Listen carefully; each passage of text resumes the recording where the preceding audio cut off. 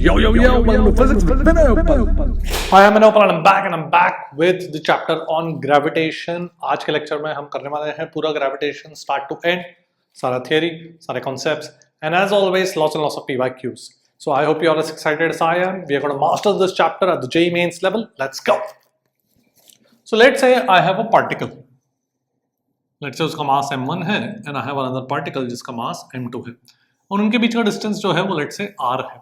So the Newton's law of gravitation tells us that the force by m1 on m2 is given by minus g m1 m2 by r squared r cap. Let's see what this means. The force by m1 on m2. So force by m1 on m2 मतलब m2 पे जो force m1 लगाएगा ये मेरा position vector है from m1 to m2. So सबसे पहले एक negative sign है minus r cap. So minus r cap. So r cap is in the direction of in this direction in the direction of r vector. So minus r cap is in the opposite direction. So the force the minus sign that tells us that the force is attractive. ठीक है? So एक attractive force है. So minus g m1 m2. G is a constant, universal gravitational constant.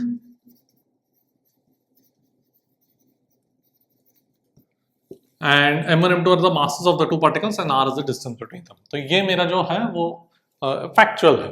This is what we have to remember. ठीक है? ये g का जो value है SI units में, that is approximately 6.67 into 10 power minus 11. और units क्या होगा? ये mass into mass is kilogram squared, force is newtons, r square is meter squared. ठीक है? So Newton meter square divided by kilogram squared. This will be the value of g. ठीक है? ये अपने को याद रखना. All right, देख लो. Let's look at a question that came in JEE 2021. Two particles of 1 kg each revolve in a circle of radius r due to mutual gravitation. तो मेरे पास ऐसे दो particles है. दोनों का मास m बोलता हूँ, फाइनली 1 kg सब्स्टिट्यूट कर दूंगा. तो they are revolving in a circle of radius r. So what happens is ऐसे जब दो पार्टिकल्स होते हैं, इसको कभी कभार बाइनरी स्टार सिस्टम भी बोलते हैं. Like these are two stars ऐसे बोल सकते हो. So they are revolving around what are they revolving around? They'll be revolving around the center of mass. There is no external force, so center of mass stationary होगा. So जो center of mass इस system का है उस that will be the center of the circles. ठीक है? तो दोनों का मास इक्वल है तो center of mass तो exactly in the middle होगा, right? So what is going to happen is they are going to perform circular motion, both of them, about the common center of mass, about their center of mass due to mutual gravitation बोला हुआ है. So अगर मैं इस particle का FPD बनाऊं तो उस पार्टिकल पे क्या फोर्स लग रहा है? नीचे वाले पार्टिकल के कारण कितना फोर्स लगेगा? अट्रैक्टिव फोर्स लगेगा. तो कितना लगेगा? g m1 m2. So g m squared divided by distance between the two particles is 2r. So 4r square. g m1 m2 by r square. R is the distance between the two particles, which is 2 into capital R. So 4r square. ये मेरा force लगेगा. ठीक है? But this should provide the centripetal acceleration. So m omega square r. तो यहाँ से मुझे angular velocity मिल जाएगा. एंगुलर ओमेगा चाहिए मुझे, निकल जाएगा. ठीक है? So ओमेगा का वैल्यू कितना आ जाएगा? Omega square would be gm by 4r cube. So omega would be square root of that. ठीक है? देख लो. Let's look at a question that came in JEE 2024. Four identical particles of mass m are each are at four corners of a square. मेरे पास ऐसे square है, ऐसे चार particles यहाँ पर है. ठीक है? तो बोला गया है if the net force on one particle is so and so root 2 plus 1 by 32 gm square by l square. The length of each side of the square is what in terms of L पूछा गया है. ठीक है? So let's say इसका कुछ length कुछ R बोल देता हूँ, या चलो मैं कुछ स्मॉल L बोल देता हूँ. ठीक है? तो अगर मैं इस वाले को पकड़ूँ, ये वाले को इसका FPD अगर मैं बनाऊँ तो एक ऐसा फोर्स लगेगा इसके कारण, एक ऐसा फोर्स लगेगा नीचे वाले के कारण, एंड एक डायगोनल के कारण फोर्स लगेगा. अट्रैक्टिव फोर्स है ना, ग्रेविटेशन. तो ये वाला कितना हो जाएगा? G M square by L square. नीचे वाला भी G M square by L square. अगर इन दोनों का मैं रिजल्टेंट देखूं पहले तो वो कितना बन जाएगा? Root 2 G M square by L square. am I right? Now this is the resultant of this horizontal and vertical ऐसा बोल सकते हो of this X axis and Y axis वाले फोर्स। अब जो डायगनल वाला फोर्स है वो कितना होगा, जो डायगनल वाला फोर्स होगा वो G M square divided by this diagonal का square which is root 2l, उसका स्क्वायर तो 2l स्क्वायर, राइट। ये डायगनल का स्क्वायर कितना है, L square plus L square 2l square. So ये जो रिजल्टेंट आया इन दोनों का और ये जो डायगनल के कारण फोर्स है उन दोनों का फिर से ऐड करूंगा तो मेरे पास नेट फोर्स आ जाएगा। तो कितना आ जाएगा, √2 plus half G M square by L square. तो ये मेरे पास आ जाएगा 2√2 प्लस 1 डिवाइड बाय,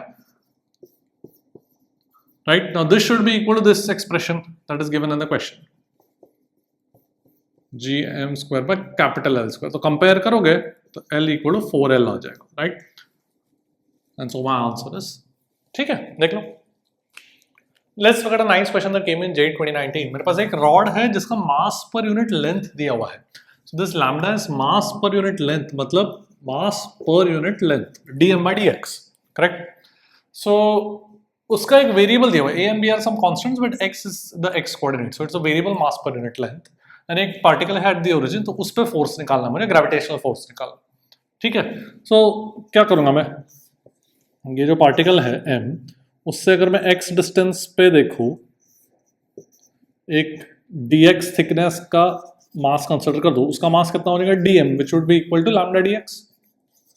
तो उस dm को I can treat it as a point particle. अब दो पॉइंट पार्टिकल्स के बीच का फोर्स तो मुझे आता है, कितना फोर्स हो जाएगा, gm इंटू इसका dm divided by r square which is the distance which is x square, and इसको मुझे इंटीग्रेट करना है। तो हो गया m gm तो कॉन्स्टेंट्स है तो वो तो बाहर आ जाएंगे, एंड dm का वैल्यू मैं लैम्डा dx लिख सकता हूँ, और लैम्डा को मैं a plus B X square लिख सकता हूँ। So a plus B X square by X square dx, and the limits will go from x का limits will go from a to l plus a, covering the entire rod, so a to l plus a। Alright, तो हो गया, बस अभी integration करना है। तो कितना हो जाएगा, देखो gm कॉमन ले लेता हूँ, dx बाय एक्स स्क्वायर का इंटीग्रल -1/x, और लिमिट्स लगाओगे तो 1/l plus a और a, सो मेरे पास आ जाएगा वहां पर 1/a माइनस 1/, ठीक है। dx बाय एक्स स्क्वायर का इंटीग्रल तो कर सकते हो, -1/x हो जाएगा, एंड देन लिमिट्स लगा देना। एंड ऑफ कोर्स एक कांस्टेंट भी है, एक a कांस्टेंट आ जाएगा, and bx square by x square cut गया, b कांस्टेंट है, integral dx will simply become x, limits लगाओगे l plus a minus a would give me l, so plus b l, ठीक है। तो ये मेरा force बन जाएगा। ऑलराइट, देख लो, let's talk about gravitational field. So gravitational field, एक अगर सपोज एक पार्टिकल है मेरे पास, ठीक है, so I bring a test particle here of mass m dash. So this is called the test particle, test mass. And what do? I test the force. Test means I'll write down the force. So force by m on this particle at a distance r will give me कितना हो जाएगा, minus g m dash by r square r cap। ये तो मुझे पता है। So we define the gravitational field, उसको g vector से represent करता है, by m at this point P as the force by m on m dash divided by the test mass। तो कितना बन जाएगा, minus G M by R square R cap,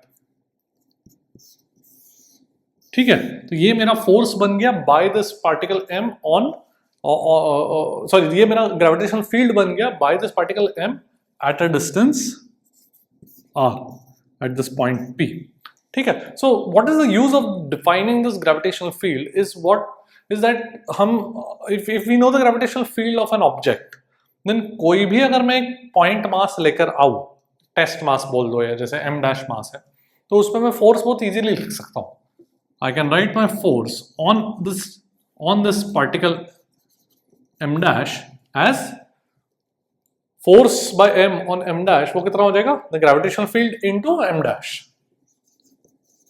So if I know gravitational field, अगर हमने निकाल कर रख दिया for various objects which we will do, then the force calculation by that object on a point mass is very simple, just multiply that field which we've already calculated by that point mass m dash, ठीक है।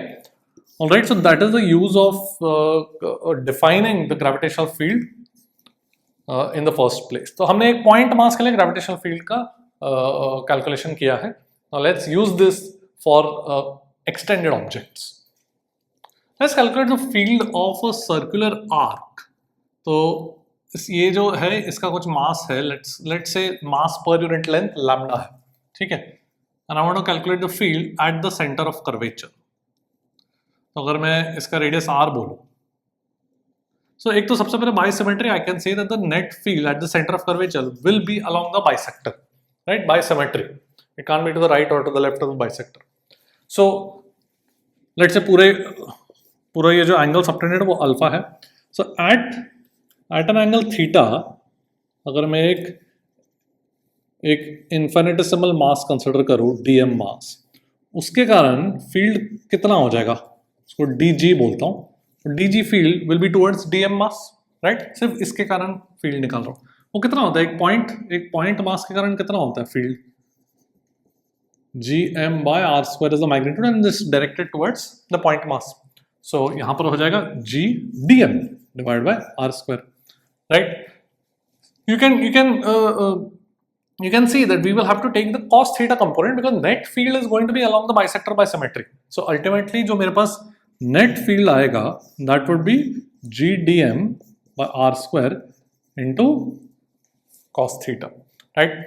अब मैं dm को क्या लिख सकता हूँ, can I से dm is lambda mass per unit length into the length of this infinitesimal element which will be r into d theta, इसका एंगल d theta, करेक्ट। तो ये देखो क्या बन जाएगा, g by r square constant बन जाएगा, लैम्डा भी एक कांस्टेंट है, यूनिफॉर्म मास डिस्ट्रीब्यूशन मान रहा हूँ, r भी एक कांस्टेंट है, बचेगा dm में क्या बचेगा, d theta और ये cos theta, and limits I am going from 0 to theta by 2, half angle, sorry 0 to alpha by 2, ये एंगल अल्फा बाय 2 है, so I can go from 0 to alpha by 2 and double it, और I can go from minus alpha by 2 to alpha by 2, doesn't matter, ठीक है। तो I will just go from 0 to alpha by 2 and double it for both halves.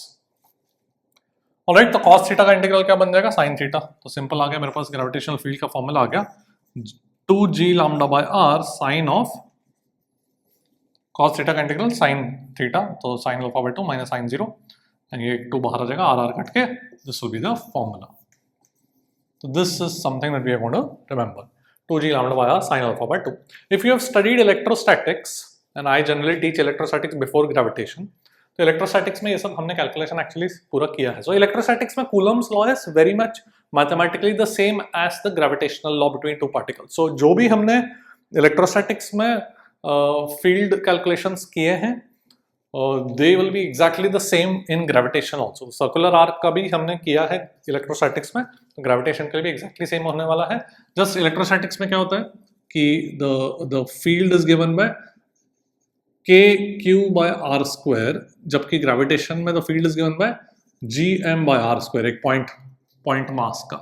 तो it's like gm gets replaced by kq, and the direction is also opposite. For a point charge, the electric field is pointing away from the point charge. For a mass, the gravitational field is pointing towards the mass. So magnitude में kq and gm can be interchanged in order to go from electric to gravitational field. So this is if you have studied electrostatics. नहीं तो फिर ठीक है, ये हमने derivation कर लिया. Okay, देख लो. Let's look at a question that came in JEE 2024. मेरे पास एक semicircular wire है, उसका length L है and mass M है, ठीक है? And a point mass is placed at the center. Find the force on that point mass. ये पूछा गया है. So first of all, can I get the field of the semicircle? I already know the field of a circular arc which subtends an angle alpha at the center of curvature. यहाँ पर alpha का value कितना हो जाएगा? 180 degrees pi. So इसके कारण जो field हो जाएगा at the center of curvature वो कितना बन जाएगा? 2g lambda by r into sin alpha by 2. So sin pi by 2. तो ये बन जाएगा 2g lambda by r. अब lambda is the mass per unit length. Length दिया हुआ है semicircle का, mass भी दिया हुआ है m. So lambda is m by l. तो 2g m divided by LR. अब R कितना हो जाएगा? This length should be equal to semicircle का perimeter which is pi r. So R is L by pi. ठीक है, तो R को मैंने L by pi रख दिया. अब ये मेरा field हो गया. Force कितना हो जाएगा? Magnitude निकालना, तो force will be nothing but the point mass into the field. ये तो that is the whole point of defining the field in the first place, right? You can easily calculate the force on a point mass just by multiplying the mass by the field. तो ये बन जाएगा 2gmm pi divided by L squared. देख लो. अब एक ring की gravitational field की बात करते हैं. Let's say I have a ring, uniformly distributed mass है, रेडियस r है, at a distance let's say x on its axis I want to find the gravitational field. तो अगर मैं कोई भी एक dm मास कंसिडर कर लूँ, छोटा सा dm मास, उसके कारण जो फील्ड होगा dg vector, the gravitational field due to the infinitesimal mass will be pointing this way. तो कितना हो जाएगा वो, उसका मैग्नीट्यूड कितना हो जाएगा, जी एम, एम मतलब D M divided by this, इसका R square, R is this distance, that will be R square plus X square. Correct. But can you see by symmetry, if I take a diametrically opposite DM mass, उसके कारण DG vector तो ऐसे बन जाएगा, तो resultant by symmetry will be along the axis, so I have to take the cos theta component. So the net field would be g dm divided by r square plus x square into cos theta. cos theta कितना बन जाएगा, x divided by hypotenuse, so x divided by root of r square plus x square, so this will become raised to 3/2, and then I will integrate. Now everything is a constant except dm, right? As we integrate over the ring, everything is a constant, so dm का integral total mass, so gmx divided by r square plus x square raised to 3/2. This will be the gravitational field produced to a ring on its axis at a distance x from its center. और direction क्या होगा, like we saw, direction will be towards the center. ठीक है, अपन ये याद रखेंगे. All right. And इसका एक प्रॉपर्टी होता है, you can check कि इसका if we plot g versus x, you will get a maximum at r by root 2. वो मैक्सिमा तुम इसका डेरिवेटिव 0 सेट करके खुद ही कैलकुलस से निकाल सकते हो. ठीक है. And you can check infinity पे ग्रेविटेशनल फील्ड 0 हो जाएगा, वो तो तुम चेक कर ही सकते हो, लिमिट्स लेके x tending to infinity, and x equal to 0 पे भी फील्ड 0. तो ग्राफ इस तरीके से देखिए, देख लो. Now let's talk about gravitational potential energy.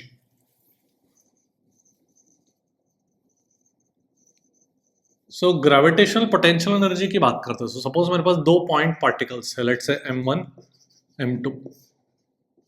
ठीक है. तो अगर मैं इस m2 को थोड़ा सा dr डिस्टेंस से डिस्प्लेस करूं, तो ग्रेविटेशनल फोर्स कितना वर्क करेगा. The work done would be, the gravitational force is attractive, right. कितना है gravitational force, magnitude is gm1 m2 by r squared, and displacement and gravitational force के बीच में 180 डिग्रीज है, तो डॉट प्रोडक्ट में एक नेगेटिव आ जाएगा, right. So we define the gravitational potential energy such that the change in potential energy is negative of the work done by the gravitational force. This is the standard definition for the potential energy. ये work per energy chapter में हम पढ़ते हैं. ठीक है, so I'm going to use that definition. तो ये बन जाएगा g m1 m2 dr by r square. So I will integrate this. तो ये बन जाएगा minus g m1 m2 by r plus some constant which we take it as 0 by choice. So you can select 0 to be anywhere for gravitational potential energy, but the standard reference for zero potential energy कहाँ पर होगा, when r tends to infinity, तब gravitational potential energy अपन क्या मानते हैं, 0. ठीक है. So that is the standard convention. So two particles, mass m1 m2, distance between them is r. What is the gravitational potential energy of this system? Minus g m1 m2 by r. ये हमको याद रखना. ठीक है. अगर multiple particles होंगे तो उस सिस्टम का ग्रेविटेशनल पोटेंशियल एनर्जी कैसे कैलकुलेट करेंगे, हर पेयर ऑफ पार्टिकल्स के लिए लिखना पड़ेगा. For example if I have m1 m2 and m3, let's say this is r12, this is r13,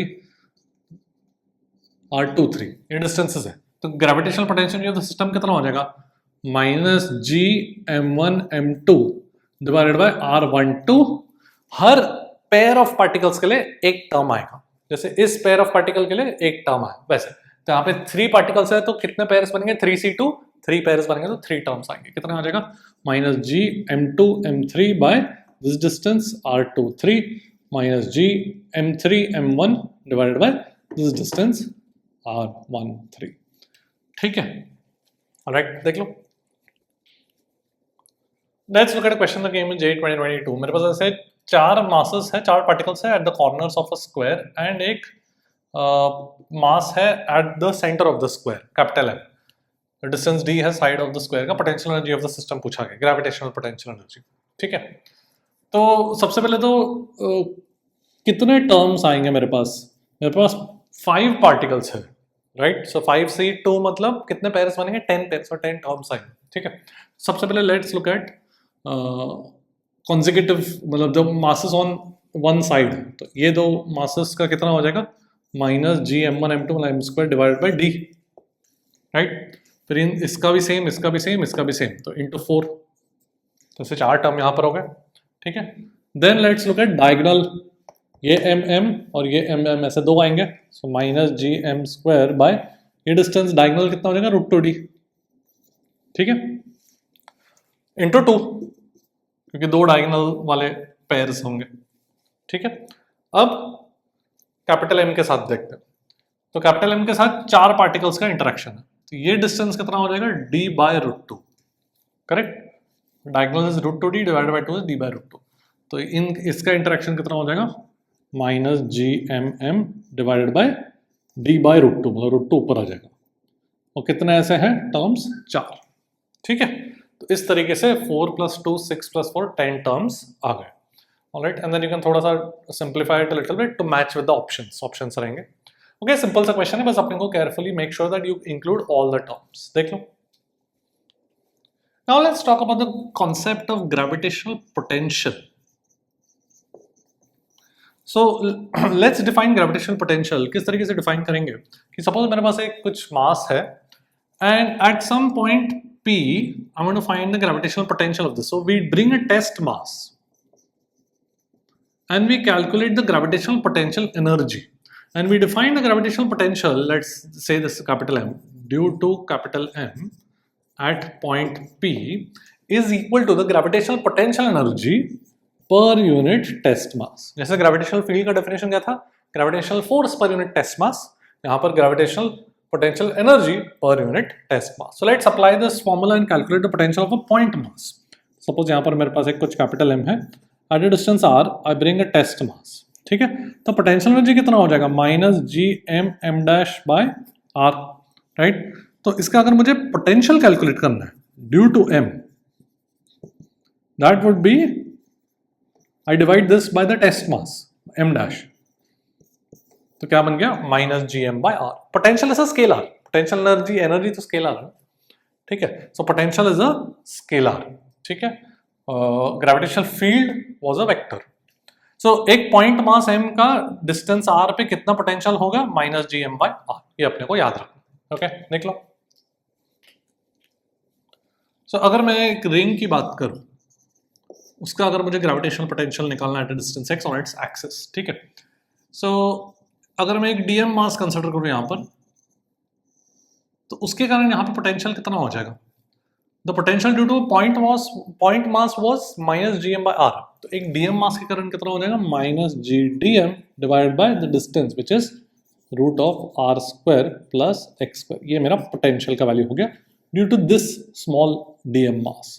तो पूरा इंटीग्रेट करूंगा, जी और एक्स का कांस्टेंट है, I am integrating over the ring, तो डीएम का इंटीग्रल टोटल मास बन जाएगा which will give me minus G M over root of R square plus X square. ये मेरा पोटेंशियल बन जाएगा due to the ring on its axis, ठीक है। याद रखेंगे तो अच्छी बात है। देख लो,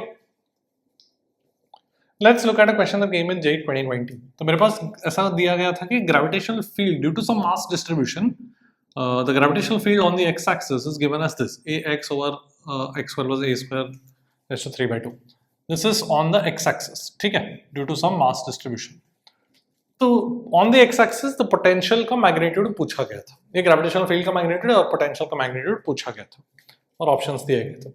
तो first thing that we had to do in this question is we have to recognize कि this is the field of a ring, ठीक है। So क्योंकि ring का field क्या होता है? At a distance x, the ring का field is gmx, magnitude लिख रहा हूँ, divided by r square plus x square raised to 3/2। Compare करो, सेम ही फॉर्म है ना, ठीक है। मतलब या इस पे r के जगह a है एंड gm के जगह a है, कैपिटल A, राइट। तो रिंग का पोटेंशियल बेसिकली ये रिंग का दिया हुआ है फील्ड, तो रिंग का पोटेंशियल पूछा गया है, वो कितना होता है? Minus gm divided by root of R square plus X square. Magnitude पूछा गया तो माइनस साइन हटा देता हूँ, तो जी एम की जगह ए है मेरे पास एंड आर की जगह ए है, एक्स स्क्वायर प्लस ए स्क्वायर। सो क्या बन जाएगा? ये आंसर हो जाएगा, ठीक है, तो इस तरीके से क्वेश्चन करना था, देख लो। Now let's look at the field of a uniform sphere. सबसे पहले हॉलो स्फीयर कंसिडर करते हैं। तो यूनिफॉर्म मास डिस्ट्रीब्यूशन है, मतलब the mass is all on the surface and uniformly distributed, ठीक है।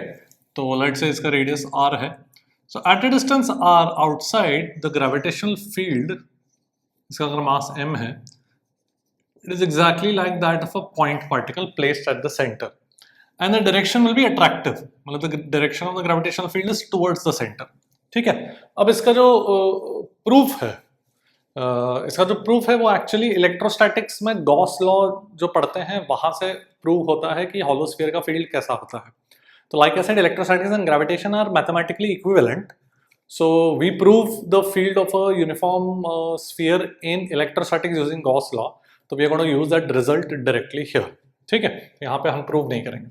Alright, so यहाँ पे जो gravitational field है that comes out to be equal to gm by r square, where r is the distance from the center, m is the mass of the hollow sphere, and the direction is towards the center, ठीक है। And inside for this, so this is r greater than r, and inside hollow sphere the gravitational field is 0, ये अपने को याद रखना है, ठीक है। सॉलिड स्फीयर की अगर मैं बात करूं,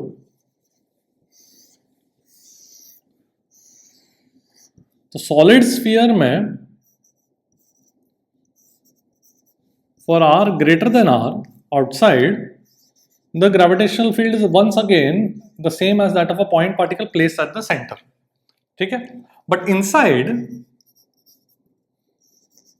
it is equal to gmr by r cube. Once again, ये सब इलेक्ट्रोस्टैटिक्स में गॉस लॉ से प्रूव किया जाता है। We are going to use the result directly, and the direction is always towards the center, ठीक है। तो यहाँ पर ग्रेविटेशनल फील्ड भी pointing towards the center, alright। But ये अपने को फॉर्मूला पता होना चाहिए, ठीक है। So अगर मैं if sometimes if they ask you to plot the graph, जैसे सॉलिड स्फीयर में अगर मुझे ग्राफ प्लॉट करना है ग्रेविटेशनल फील्ड का वर्सेस r, तो for r less than capital R, g is proportional smaller, तो एक लीनियर ग्राफ होगा, and then it falls off as 1 by r square, it will start decreasing, ठीक है। Alright, तो ये सॉलिड स्फीयर का, और हॉलो स्फीयर का तो सिंपल है, अंदर तो जीरो है फील्ड एंड बाहर it is exactly like this curve, ठीक है। देख लो, let's look at a question that came in JEE 2019. A solid sphere of mass m and radius a is surrounded concentrically by a shell of radius 2n mass 2m. इसका diagram बना लेते हैं। मेरे पास एक सॉलिड स्फीयर है, उसका mass m है, रेडियस a है, and then I have a shell. मैं कुछ बोला नहीं, मतलब we will have to assume thin shell, क्योंकि उसका एक ही रेडियस दिया हुआ है, रेडियस 2a है, तो उसका थिकनेस नेग्लिजिबल है, so it's like a hollow sphere of radius 2a and mass is 2m। तो क्या पूछा गया, the field at distance 3a from the centre. So this 3a is outside both the shells, I mean both the sphere and the shell, right? So field कितना हो जाएगा, दोनों को add कर देंगे, मैग्नीट्यूड पूछा गया। So 2m जो शेल है उसके कारण कितना हो जाएगा, gm by r स्क्वायर होता है, so g 2m by 3a का स्क्वायर, प्लस ये मास के कारण उसका भी एट अ डिस्टेंस 3a कितना होता है, gm by r square, so gm divide by 3a का स्क्वायर, तो ये बन जाएगा 3gm divide by 9a square, तो ये बन जाएगा gm bye 3a square, simple, ठीक है। देख लो, let's do a question that came in JEE 2025। मेरे पास एक सॉलिड स्फीयर है, uniform mass distribution, and centre से 2r डिस्टेंस पर एक पॉइंट मास m है, उस पे जो फोर्स है ये सॉलिड स्फीयर के कारण वो बोला गया है F1 है। Now a spherical part of radius r by 3 is removed. So, ये जो r/3 का जो स्फीयर है, रेडियस r/3 का, उसको हटा दिया गया है। So now the force on the small m is F2। So F1 by F2 का वैल्यू कितना होगा, ऑलराइट। सो इसको कैसे करेंगे, सबसे पहले तो F1 का वैल्यू निकाल देते हैं, that is very simple. F1 would be g, इसका जो फील्ड होगा gm by 2r का square into the mass, correct. तो ये मेरा फोर्स हो जाएगा on m, small m the point मास। अब इसमें the force F2 would be, I can treat it as it is the force due to the entire sphere minus the force due to the smaller sphere, क्योंकि उतना part हमने निकाल दिया है। So this is going to be F1 minus the force due to the smaller sphere. तो force due to smaller sphere कितना होगा, ये this is R, correct, this is R, because ये पूरा 2r दिया गया है सेंटर से, तो ये r है, ये r है, एंड ये कितना है r/3. तो distance from the centre of the smaller sphere to the point mass would be r plus r/3, मतलब कितना 4r/3. So force due to small would be, जो small sphere would be g into, अब smaller sphere का mass कितना होगा? Mass is proportional to the volume and volume is proportional to radius का cube, correct?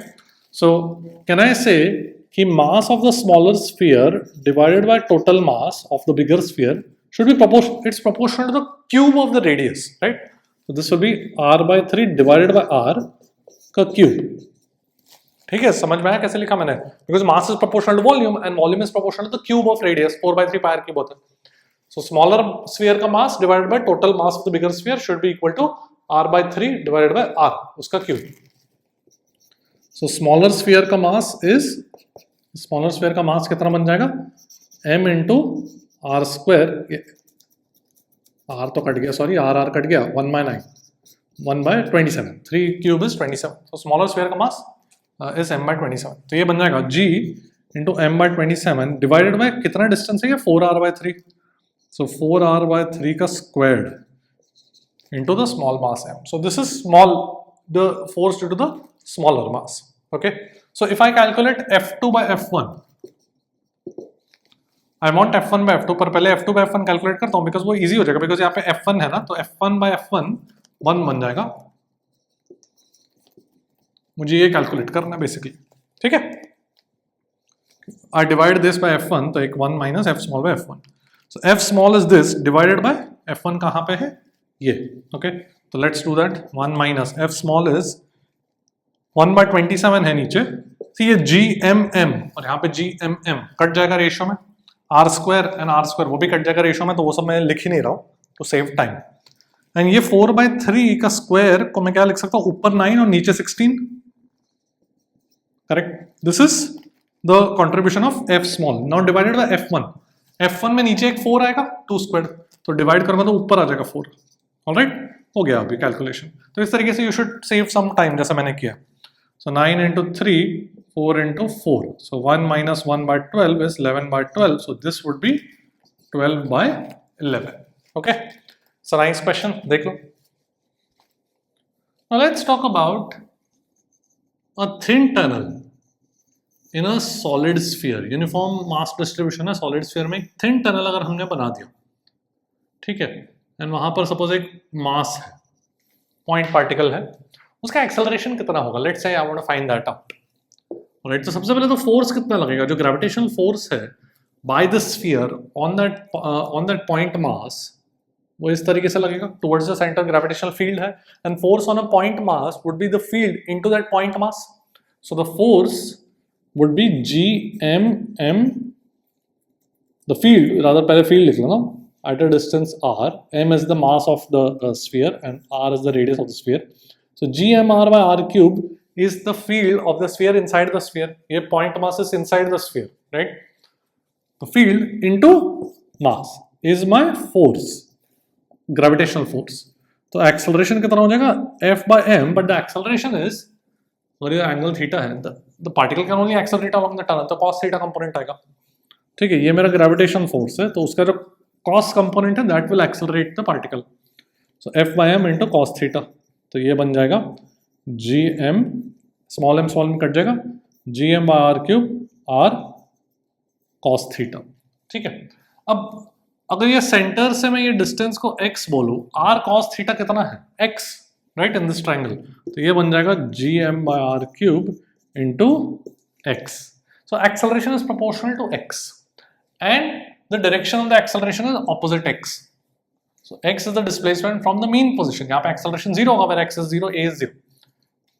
And therefore this is nothing but SHM. So the particle in this tunnel is going to perform SHM. ठीक है, अगर हम अर्थ को approximately consider करें as a uniform solid sphere, which in reality it is not, but we can assume for our purpose कि अर्थ को we are going to assume as a uniform solid sphere. तो उसमें अगर एक पॉइंट पार्टिकल को release किया जाए, तो अगर अर्थ के मास और अर्थ के रेडियस को सब्स्टिट्यूट करें यहाँ पर, then you will get the time period. इसका टाइम पीरियड कितना हो जाएगा? 2 pi by omega, where omega squared is this, right? I'm assuming you have studied SHM. Root of GM by r cube, ठीक है.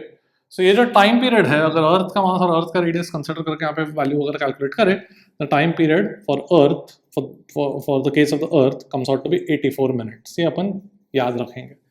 I think JEE कोई तो एक JEE mains में डायरेक्ट क्वेश्चन ऐसा पूछा गया था. डायरेक्ट तो याद रखेंगे तो डायरेक्ट आंसर मार्क कर सकते हो.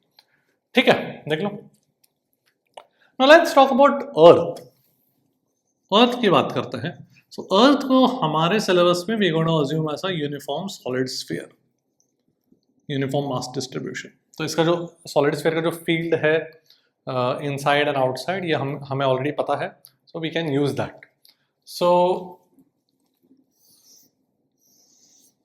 अगर यहाँ पे एक मास m है, ये मेरा अर्थ है, लेट्स से उसका मास m है, this is radius r, this is my earth. So at a distance r, if I have a mass m and I release it, तो उसका एक्सेलरेशन कितना होगा? The acceleration would be the force. Force कितना हो जाएगा? The field into mass. तो field कितना होता है सॉलिड स्फीयर का outside? gm by r square into mass divided by mass, which is nothing but equal to gm by r square, which is nothing but the field produced by Earth, right?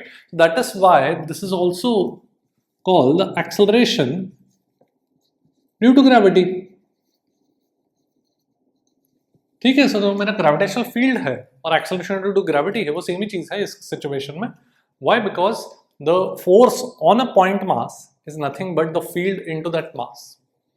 And अगर मैं मास से divide कर दूं force को तो acceleration मिल जाएगा, तो वो क्या बचेगा? ग्रेविटेशनल फील्ड ही बचेगा.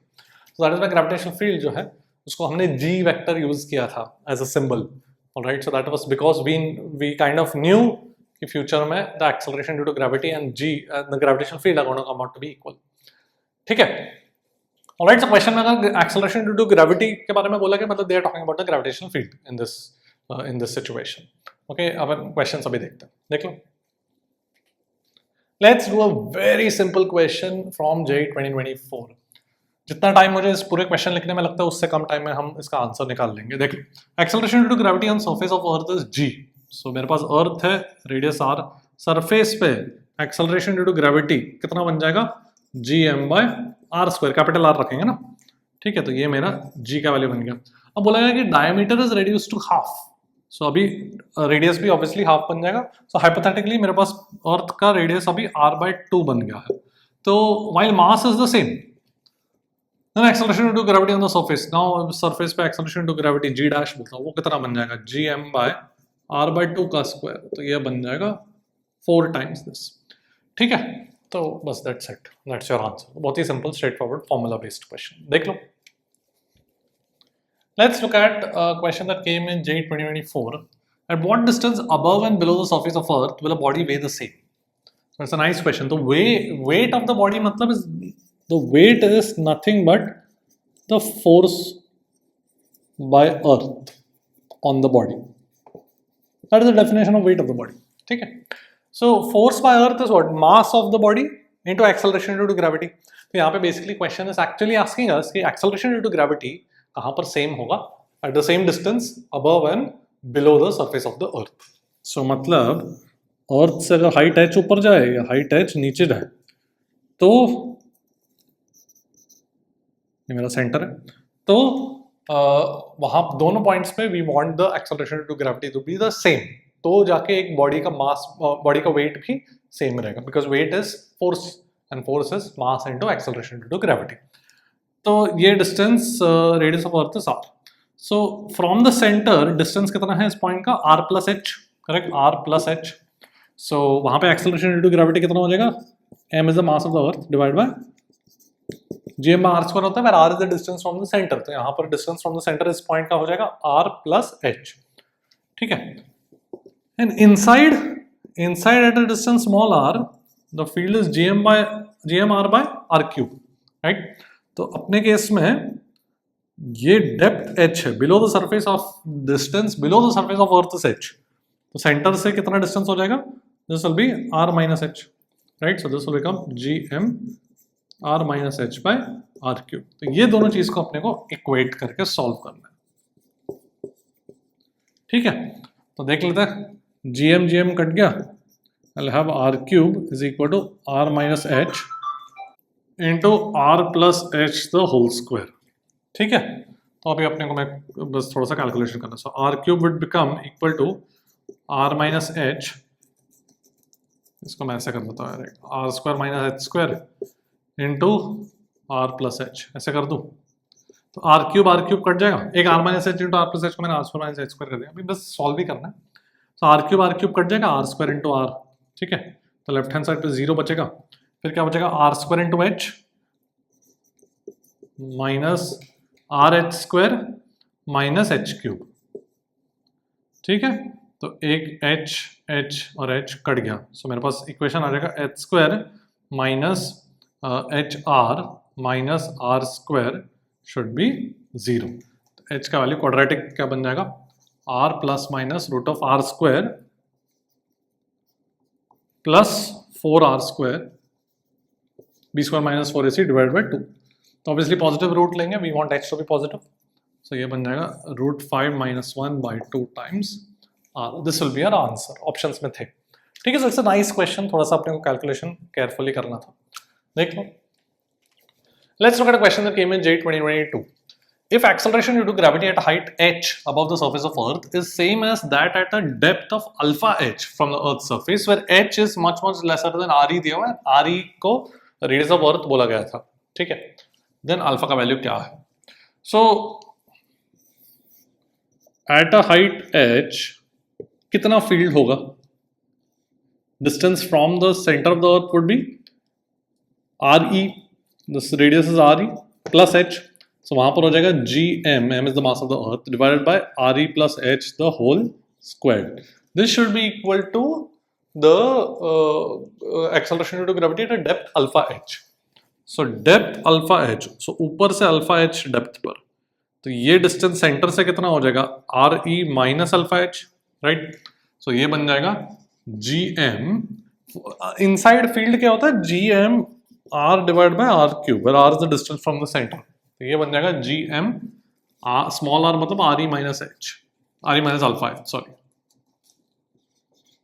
Divided by r cube, re cube, ठीक है, तो यहां पर ये जो अप्रोक्सीमेशन बोला गया है, we have to use that, so what we are going to do is, because h is much lesser than re, I can just take re common here, so gm by re squared, and then मैं इसको लिख सकता हूँ 1 plus H by R E raise to minus 2, है कि नहीं, R E को common ले लिया और इसको ऊपर ले लिया, तो you can imagine what we going to do, we are going to approximate, we are going to make the approximation from binomial approximation, एक तो gm कट गया दोनों तरफ, ठीक है, तो यहाँ पर बचेगा 1 by R E cube into R E minus alpha H, right, तो यहाँ से एक आर ई स्क्वायर कट गया, एंड यहाँ पर मैं क्या लिख सकता हूँ, 1 minus 2h by R E, binomial approximation, right, 1 plus X whole raised to n is approximately 1 plus nx, and this would be equal to, एक आर ई बचा हुआ है, इसको अगर मैं डिवाइड कर दूँ तो 1 minus alpha H by R E, ठीक है, तो 1 1 कट के अल्फा का वैल्यू कितना आ गया, 2 के बराबर आ गया, alright, so it's a nice question where this approximation had to be used, देख लो। Let's talk about apparent weight, तो apparent weight क्या होता है, basically it is the effect of rotation of earth about its axis, तो मेरे पास earth है, it is rotating about its axis, correct, तो अगर मैं एक्सपेरिमेंटली या प्रैक्टिकली मेजर करना चाहूँ the weight of an object, तो जनरली अपन क्या करेंगे, we can use something like a spring balance, so for example ये मेरे पास इक्वेटर है यहाँ पर, ठीक है, एंड यहाँ पर मेरे पास एक स्प्रिंग अटैच्ड है, यहाँ पर एक ब्लॉक है, उसका मास m है, राइट, सो ऑब्वियसली मैंने बहुत एग्जैजरेट करके बनाया है, this is very close to the surface, ठीक है, so this is extremely small compare to the radius, just our usual spring balance जैसे अपन करते, तो this is very very close to the surface, right, तो वहां पर if I ask you to calculate the weight, the true weight, radius R पे true wait, ये block is practically on the surface, तो कितना हो जाएगा, is just the force of earth on this block, which will be gm by r square, capital R square, because it's very close to the surface, into mass, right? Simple. But the apparent weight अगर मुझे calculate करना है, so we know the earth is spinning around its axis with some angular velocity omega. वो कितना angular velocity है?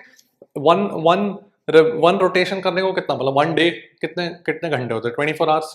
So the time period of rotation of earth about its axis 24 hours. So omega would be 2 pi divided by 24 hours, right? 2 pi divided by the time period. Anyway, so जब हम actually practically measure करते हैं, that means we are standing on earth, मतलब we are in the frame of the earth. तो earth is a rotating frame जिसमें एक centrifugal force भी लगेगा. So in the earth frame, if I want to calculate or if I want to draw the FPD of the block, एक तो कितना लगेगा gmm by r square gravitational force, but एक radially away m omega square r भी लगेगा, right? So this is the centrifugal force in the frame of the earth. So in the frame of the earth, when we are performing the experiment, we are in the frame of the earth. The net force in the frame of the earth would be gmm by r square minus m omega square r in earth frame. ठीक है, तो मैं इसको mass common लेके I can write it as gm by r square minus omega square r, and this is, you can say, g effective or just basically the apparent g. And basically ये पूरा expression is the apparent weight. ठीक है, इसको मैं g apparent लिखता हूँ. mg जब हम बोलते हैं the force, the weight of this object, it actually includes the effect of rotational force, which is pretty small compared to this term, but it is still there. ठीक है. So question में generally अगर बोला गया rotation of अर्थ को include करो, कुछ उसके बारे में बात किया गया, then we include this term when we are talking about the apparent weight. ठीक है, ऑलराइट. सो ये मेरा पूरा अपैरेंट वेट है एंड ये मेरा अपैरेंट जी बोल सकते हो, मास इनटू अपैरेंट जी. ऑलराइट, अगर मैं ये कहां पर था? इक्वेटर पे था. अगर मैं पोल पे ऑब्जेक्ट रखूं तो पोल पर अगर ऑब्जेक्ट है तो उस पर सेंट्रीफ्यूगल फोर्स जीरो है, बिकॉज सेंट्रीफ्यूगल फोर्स में एम ओमेगा स्क्वायर आर में, R is the distance from the axis of rotation. Distance from the axis of rotation यहाँ पे कैपिटल आर है, पर यहाँ पर तो डिस्टेंस तो जीरो है एक्सिस से, तो यहाँ पर there is no centrifugal force. So at the poles the true weight and apparent weight are equal, because there is no effect of rotation of earth. ठीक है, पर इक्वेटर पे ये एक्स्ट्रा टर्म आएगा. ऑलराइट, देख, let's look at a question that came in J 2021. A body weighs 49 newtons on a spring balance at the north pole. तो जैसे ही अपने को spring balance word दिख गया, मतलब the body का apparent weight दिया गया है अपने को 49 न्यूटन. ठीक है, अब वैसे नॉर्थ पोल पे तो मुझे पता है कि apparent weight and true weight same है, but when we are talking about spring balance, then they are referring to the apparent weight. Now its weight on the spring balance at the equator will be what? तो once again they are asking us the apparent weight. ये understood है question के language से कि spring balance पे weigh कर रहे, मतलब we are talking about the apparent weight. ठीक है, तो कितना होगा? Now technically अगर मैं देखूँ spring balance at the equator पे the apparent weight would be gmm by r square minus m omega square r at the equator, and pole पे कितना होगा weight? Simply gmm by r square. ठीक है, so ये वाला term अपने को सब्ट्रैक्ट करना पड़ेगा in order to get the weight at the equator. However, if you look at the options, you don't actually have to do calculations. JEE Mains में काफी बार option elimination से भी आंसर मिल जाता है. Look at the option. Basically, we have concluded that equator पे the apparent weight is going to be lesser than the apparent weight at the poles because of this term that is getting subtracted. तो एक ही option है which is lesser than 49 Newton, which is option 4. ठीक है, तो इस तरीके से you have to first look at the options so that you can save time and avoid any calculation. देख लो. Now let's talk about the potential of spheres. तो hollow sphere की अगर मैं बात करूं तो outside the field is exactly like that of a point charge, so point mass, sorry. So the potential is going to be equal to the same as that of a point mass. इसका mass m है और radius r है. तो outside potential is going to be minus gm by r. ठीक है, and inside अंदर field zero है तो पोटेंशियल एक कांस्टेंट बन जाएगा, और वो कांस्टेंट का वैल्यू जो सरफेस पर है वही बन जाएगा. So inside it will be minus GM by capital R. Small R को कैपिटल आर रख दिया तो सरफेस पे पोटेंशियल मिल जाएगा, तो अंदर सब जगह वही रहेगा. ठीक है, दिस इज इनसाइड. अगर मैं सॉलिड स्फीयर की बात करूं, यूनिफॉर्म मास डिस्ट्रीब्यूशन, तो outside once again the potential is just like that of a point mass placed at the center, but inside the potential comes out to be equal to minus gm by 2r cube. ठीक है, ये इसका derivation is very similar to what is done in electrostatics, तो I am not going to do the derivation here, but electrostatics में जैसे किया जाता है, गॉस लॉ से पहले फील्ड निकालते हैं, फील्ड से पोटेंशियल, तो उसी तरीके से ये भी आता है, but the important thing is that we have to remember this for our exam. ठीक है, so potential inside at the distance r is minus GM by 2r cube into 3r square minus r square, एक quadratic है in small r, and outside is just like a point mass. ठीक है, देख लो. Let's look at a question that came in JEE 2024. मेरे पास earth है, so earth can be treated as a solid sphere, ये अपने को पता है. At a height h above the surface of the earth, the potential due to the earth is minus 5.12 into 10 power 7 joule per kilogram.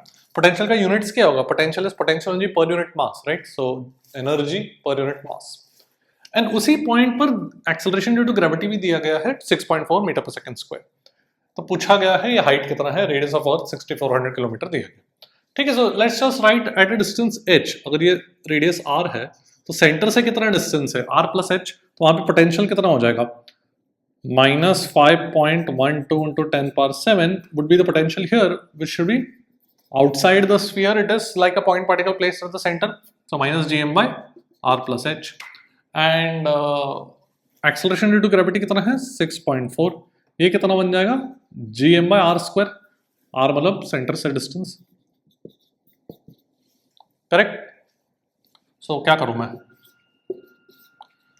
I want to eliminate GM, मेरे को H का वैल्यू चाहिए ना, तो 1 डिवाइड बाय 2 करता हूं तो जीएम एलिमिनेट हो जाएगा.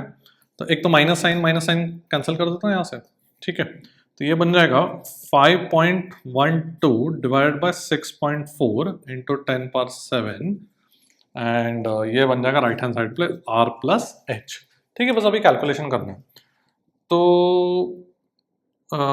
इसको मैं 8 से अगर मैं डिवाइड करूं तो 8 से बन जाएगा मेरे पास 0.8 और ये बन जाएगा 0.64, राइट. तो 0.64 डिवाइड बाय, डेसिमल हटा देता हूं, तो 64 बाय 80 बन जाएगा, तो ये 10, ये 8. ठीक है, सो देखो h का वैल्यू क्या बन जाएगा? This will be 8 into 10 power 6 should be r plus h. ये मीटर्स है, राइट. एक 10 और 10 power 7 से 10 power 6, एंड ये मीटर्स है, वो मत भूल. So this is 8000 kilometre and r is 6400 kilometre plus h, तो h is 1600 किलोमीटर. ठीक है, सिंपल फॉर्मूला बेस देख लो. Now let's talk about escape speed.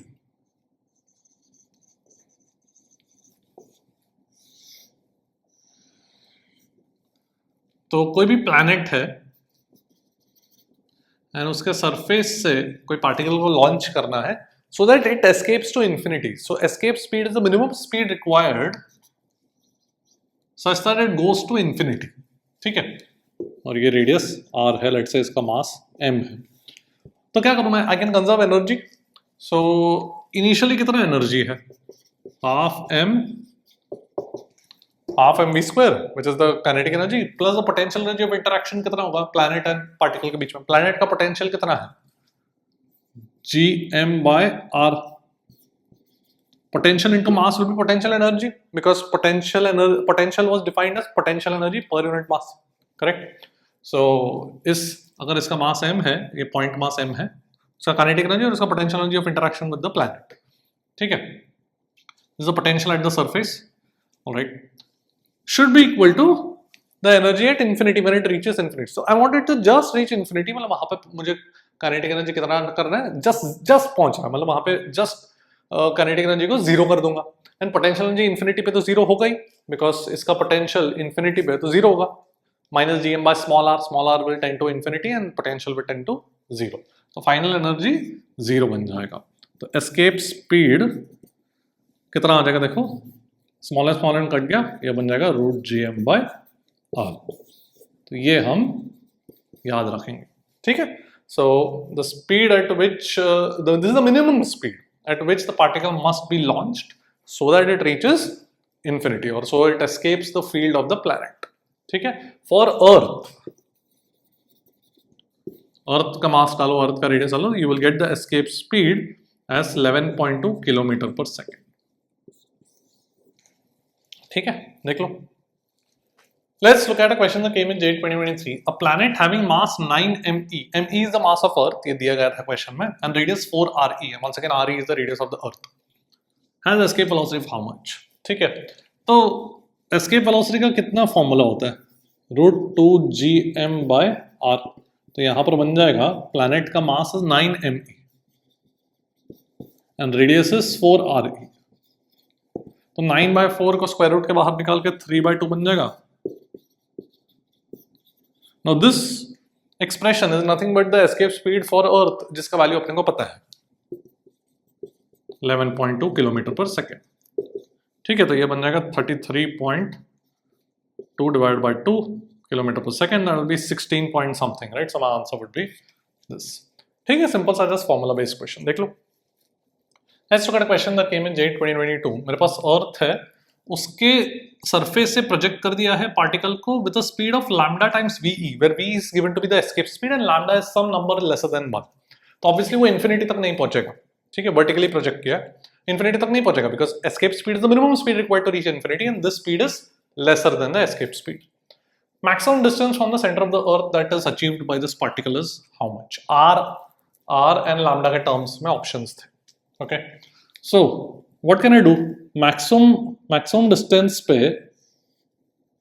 from the center of the earth, वहाँ पे maximum distance मतलब वहाँ पे velocity कितना हो जाएगा? 0. then वापस नीचे आ जाएगा. तो I can conserve energy from this point to this point, right? तो एनर्जी कैसे कंजर्व करूँ? इनिशियली उसका मास कुछ m बोल देता हूँ. So initially kinetic energy is half mv VE squared. Sorry, V speed is lambda V, so lambda square VE square, correct? And potential energy कितना है? अर्थ का पोटेंशियल -gm/r सरफेस पर into the mass, correct, should be equal to, वहां पे highest point पे kinetic energy तो 0 है, बस बचा potential energy, should be how much? Earth का potential -gm/r into the mass, correct. तो अभी अपने को बस सॉल्व करना है. m कट गया तो आई विल हैव अच्छा VE का भी वैल्यू सब्स्टिट्यूट करते हैं बिकॉज ऑप्शंस में the options for in terms of capital R and lambda. So VE का वैल्यू क्या सब्स्टिट्यूट करूं मैं? √2gm/r, correct? So this will become half lambda square 2gm/r minus gm/r should be equal to minus gm/r. तो gm cancel हो गया, ये 2 cancel हो गया, यहाँ पे बचेगा मेरे पास 1/r को लेफ्ट हैंड साइड पे लेता हूँ, ये चीज़ राइट हैंड साइड पे, this will become 1 minus lambda square by r. So small r would be capital R divided by 1 minus lambda square. Okay, not a difficult question, but energy conservation अपने को use करना था along with the formula that we know for escape speed. देख लो. Let's look at a question that came in J 2025. An object is at rest at a height 3r above the surface of Earth of radius r and mass m. मतलब ये अर्थ है and object is at a distance 3r from the surface of Earth. तो centre से कितना बन जाएगा? 4r, correct? Mass m and radius r है earth का. The minimum speed that object should be given so that it escapes to infinity, मतलब it escapes the field of Earth. तो हम इस क्वेश्चन को डायरेक्टली अपने एस्केप फॉर्मूला से use कर सकते हैं. एस्केप स्पीड वाले फॉर्मूला से क्या था? √2gm/r. This was assuming that the particle is at the surface of Earth. मतलब this was assuming that the particle is at a distance of capital R from the center of Earth. But now it is at a distance of 4r. तो बस तुमको r की जगह 4r करना है. ठीक है? The whole concept is that all we have to do is check at what distance the particle is from the center of Earth. उस distance, when the distance was r, then we derived the escape speed formula √2gm/r. But we can use that same formula and just substitute r की जगह 4r. तो ये बन जाएगा √gm/2r. इतना speed देना पड़ेगा so that it goes to infinity. Very simple. Exam में आया तो इस तरीके से कर देना. अगर तुमको बेसिक से करना है तो भी कर सकते हैं. It's very straight forward. Just infinity तक पहुंचाना है तो जस्ट इन्फिनिटी पे उसका स्पीड कितना होना पड़ेगा? 0. एंड पोटेंशियल एनर्जी कितना होगा वो तो पता ही है हमें, इन्फिनिटी पे 0. सो टोटल एनर्जी कितना? 0. तो बस initial total energy ½ mv² minus gmm/4r should be 0।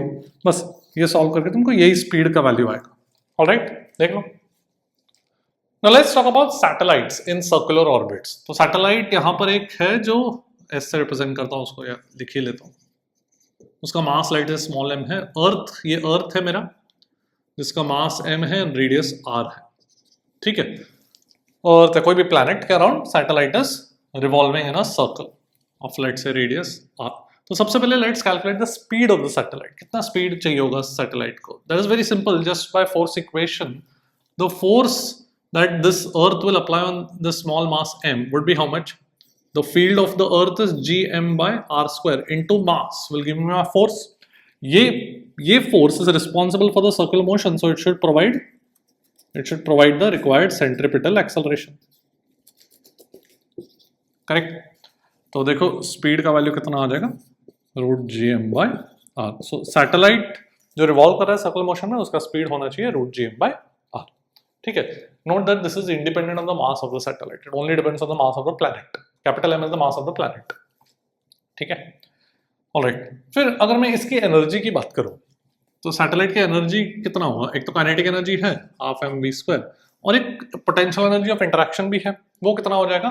इसके कारण पोटेंशियल कितना होगा at a distance R? Minus G M by R into the mass. Potential into mass is my potential energy. तो earth के कारण potential at a distance small R into the mass of the satellite, ठीक है।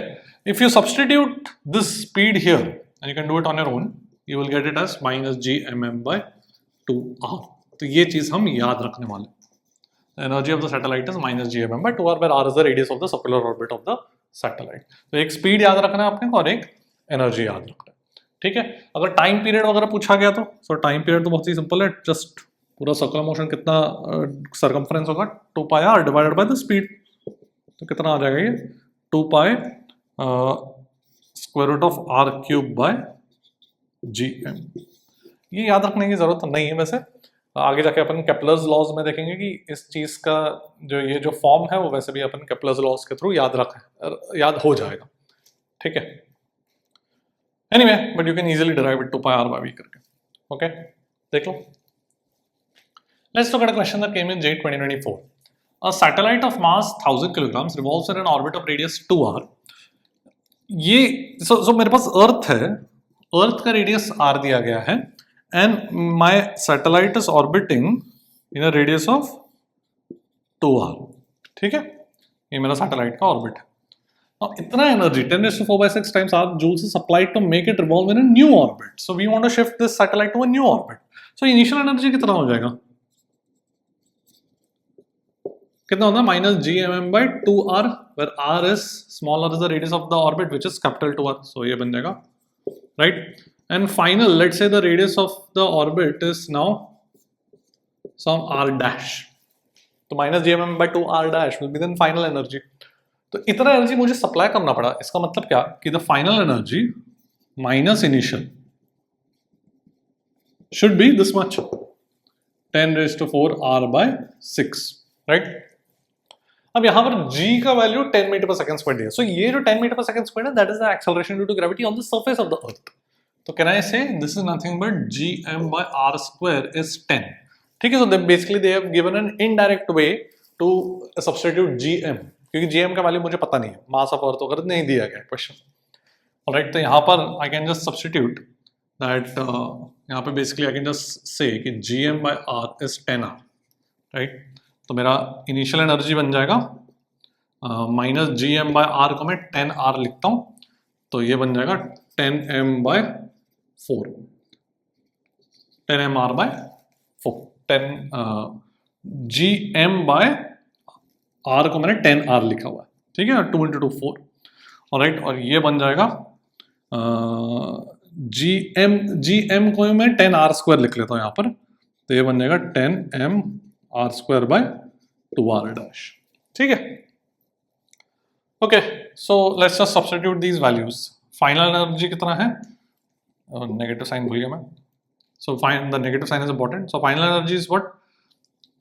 I can just let me just write this way, 10mr square divided by 2r dash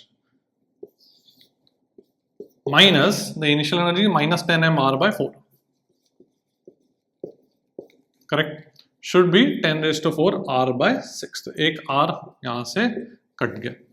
alright, and mass कितना दिया? 10⁻³ दिया हुआ है, तो मास 10⁻³ बन गया, 10⁻4 बन जाएगा, ये भी 10⁻4 और ये भी 10⁻4।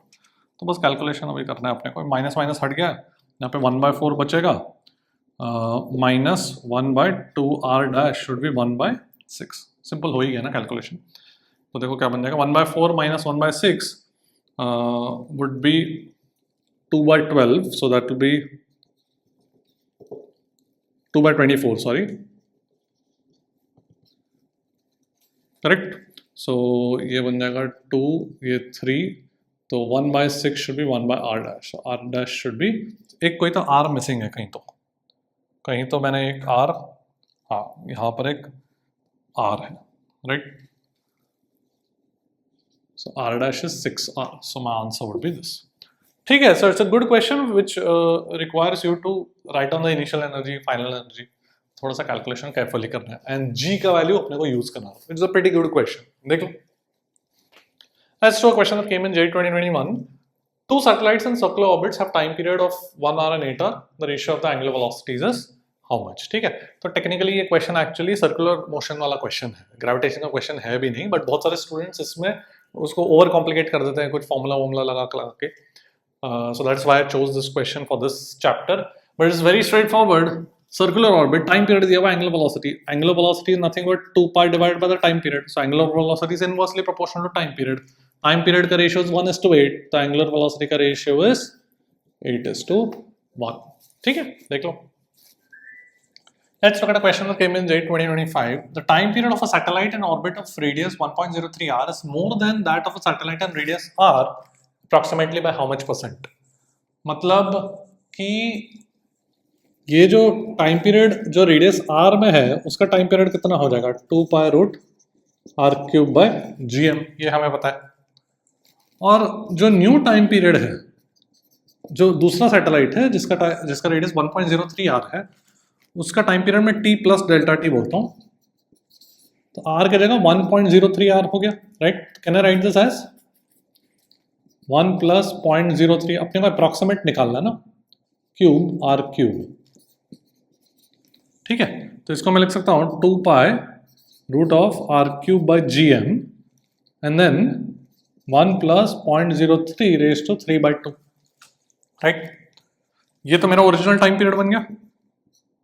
तो t + Δt is equal to, मतलब इस चीज का टाइम पीरियड बन गया t इंटू, यहाँ पे मैं बाइनोमियल अप्रॉक्सीमेशन लगा दूंगा because 0.03 is very small, that is what is meant by approximation. Okay, so यहाँ पे बन जाएगा 1 + 3/2 into 0.03। Remember binomial approximation was 1 + x raised to n is approximately 1 + nx when the magnitude of x is very small compared to 1। 0.03 को हम small मान सकते हैं compared to 1।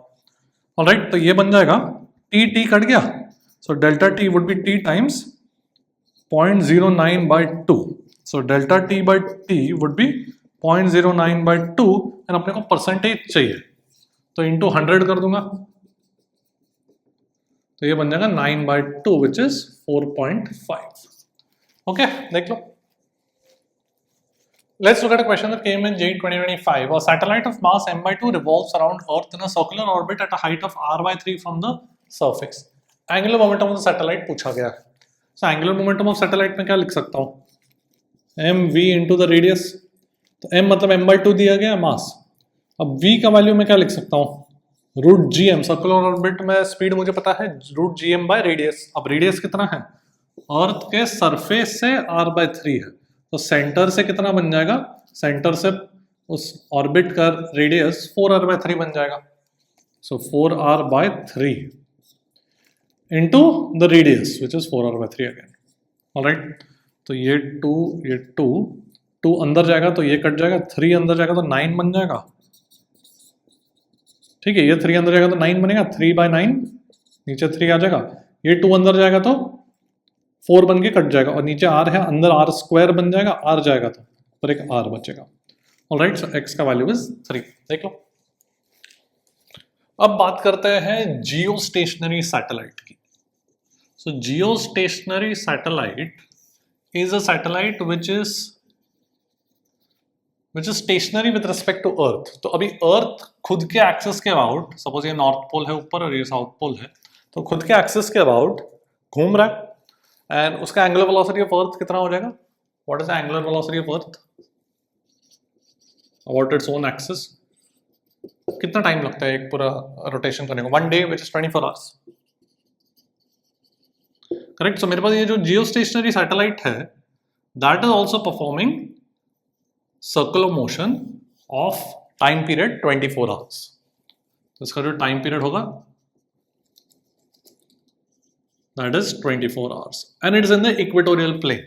ठीक है, तो इक्वेटर के पैरेलल इक्वेटोरियल प्लेन, मतलब ये मेरा इक्वेटर है, उस प्लेन में जियो stationery satellite is performing circular motion. तो इसका अगर मैं रेडियस कैलकुलेट करना चाहूँ तो कैसे कैलकुलेट करूंगा? आई नो टाइम पीरियड का फॉर्मूला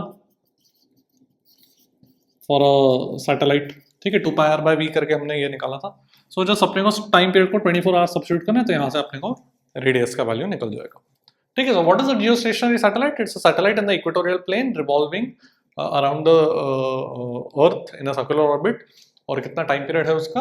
24 आवर्स। देख लो, let's look at a question that came in J 2024. A satellite revolves around a planet in a geostationary orbit of period 6 hours. तो ये अर्थ नहीं है, कोई और प्लैनेट है। बोला गया मास of the planet is 1/4 that of the earth and इस ये जो जियोस्टेशनरी ऑर्बिट है उसका रेडियस पूछा गया है। ठीक है, एंड इंफॉर्मेशन दिया geostationary orbit radius for earth is 4.2 × 10⁻⁴ kilometres. ठीक है, सो सबसे पहले तो ये 6 आवर्स का टाइम पीरियड है। I know I can write time period as 2π√, कोई भी सर्कुलर ऑर्बिट के लिए I can write it as 2π√r³/gm। ये हमने देखा था। ये जो m है that is mass of the planet. तो अगर मैं मास ऑफ अर्थ को m बोलूँ, मास ऑफ अर्थ को मैं m बोल दूँ तो ये m/4 बन जाएगा। तो 4 ऊपर आ जाएगा बिकॉज 1/4 ऑफ द मास दिया, राइट। तो ये बन जाएगा 4π√r³/gm। ठीक है, ओके। सो अच्छा, और क्या बोला गया?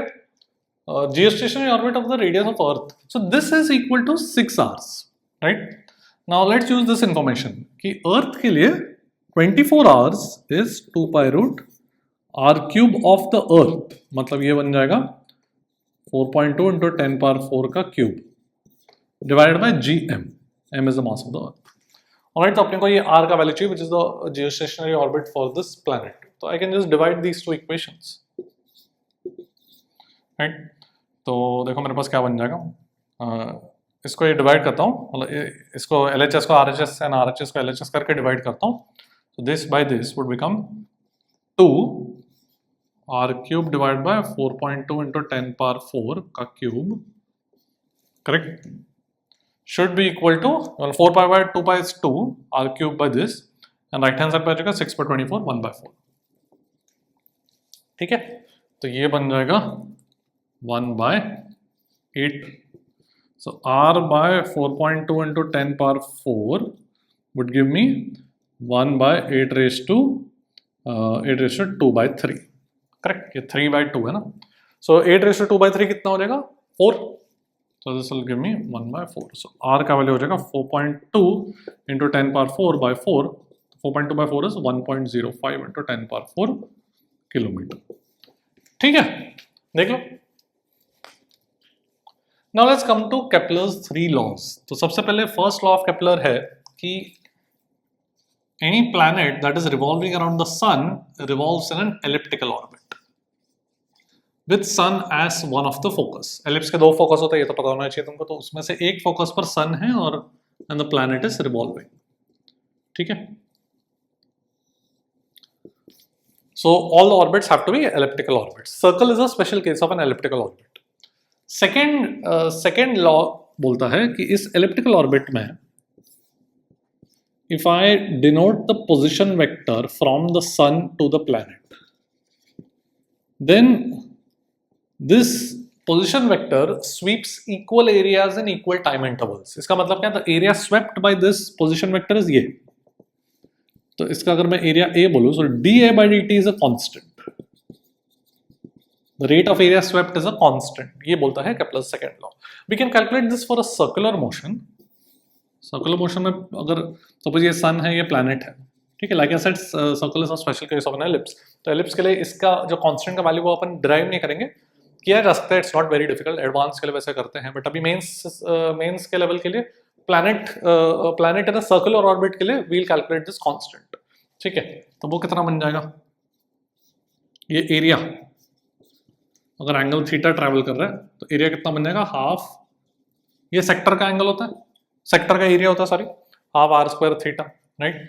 सो d A by d t would be half r square into d theta by d t which is angular velocity.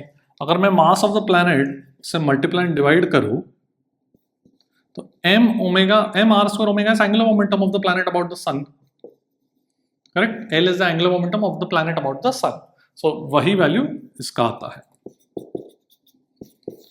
This is valid for even ellipse, even though we've only derived it for circle, but we should know as a fact that this value is also valid for an ellipse. Now this is a constant because angular momentum is a constant. क्यों? क्योंकि planet पे जो force लग रहा है वो हमेशा gravitational force is passing through the sun. Planet पे कौन फोर्स लगा रहा है, सन, एंड सन का gravitational force is obviously passing through the sun. So about the sun the torque of the gravitational force is zero, and if torque is zero then angular momentum of the planet about the sun is conserved. ठीक है, तो ये L जो है वो conserved है। Alright, so that is what Kepler said कि जो ये रेट ऑफ एरिया स्वेप्ट है इज अ कांस्टेंट। कांस्टेंट क्यों है, because L is conserved. And third thing is जो टाइम पीरियड है, that is proportional to a raised to 3/2। ये time period का फॉर्मूला है, a is the semi major axis, semi major axis का value a है, तो time period is 2π√a³/gm और m is the mass of the sun। तो we saw this formula for a circular orbit of satellite around a planet, वहां पे 2π√r³/gm था। so circle is a special case of ellipse जहां पे semi major axis becomes the radius। ठीक है, but in general also in ellipse case time period is 2π√a³/gm, अपने को याद रहना चाहिए।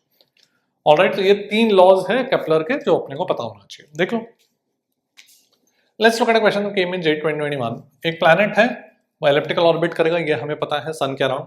तो the minimum distance of the planet from the sun and the maximum distance of the planet from the sun is x1 and x2 respectively. तो जब planet यहाँ पर होगा, x1 is the distance of the planet from the sun, जब planet यहाँ पर आ जाएगा तो वो मेरा मैक्सिमम डिस्टेंस हो जाएगा, उसको x2। ठीक है, if the minimum speed of the planet during the motion is v0, what is the maximum speed? तो सबसे पहले मिनिमम स्पीड अकर कहां पर करेगा, जो मेरा एनर्जी है प्लैनेट का वो तो कंजर्व्ड है। I can write this as -gmm/r। At any instant ये r है और ये प्लैनेट है, suppose -gmm/r, where m is the mass of the sun, small m is the mass of the planet। Correct, ये मेरा energy हो जाएगा, and plus half mv²। तो can you see that I can write half mv² is equal to E plus gmm/r। जितना ज्यादा r छोटा होगा उतना ये बढ़ेगा एंड उतना स्पीड भी बढ़ेगा। तो जब मिनिमम डिस्टेंस होगा, r जब मिनिमम होगा तब स्पीड मैक्सिमम होगा, एंड वाइस वर्सा, जब r मैक्सिमम होगा तो स्पीड मिनिमम होगा। सो बेसिकली मिनिमम स्पीड जब दिया गया है v0, that is here eight maximum distance. ठीक है, because energy is consumed.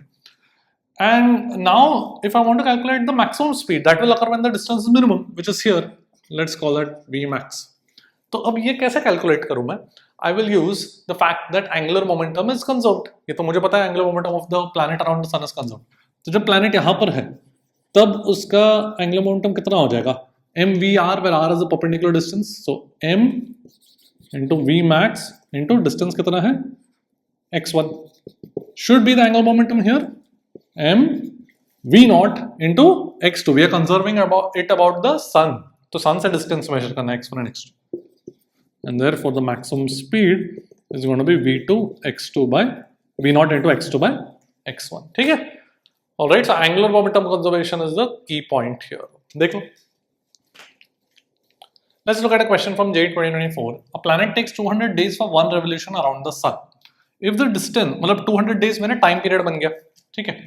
If distance is reduced to 1/4 of it, तो क्वेश्चन में लिखा गया था if the distance between the sun and the planet is reduced to 1/4 of its original value।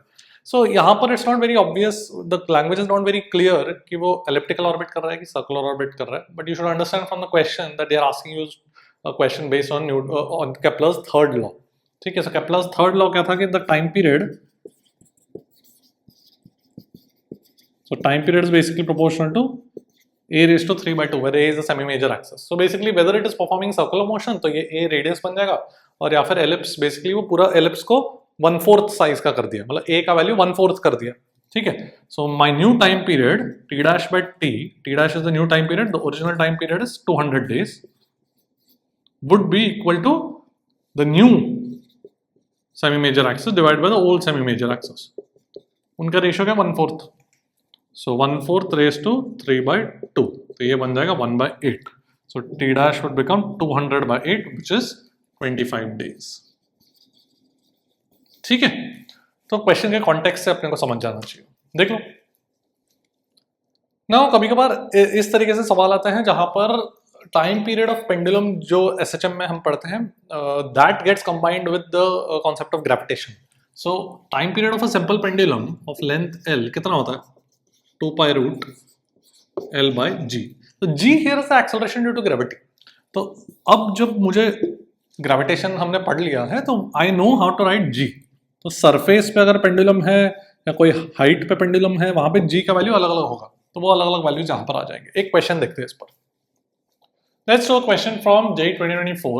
If r is the radius of Earth and acceleration due to gravity of the surface of Earth is pi squared meter per second squared, then the length of a seconds pendulum मतलब a seconds pendulum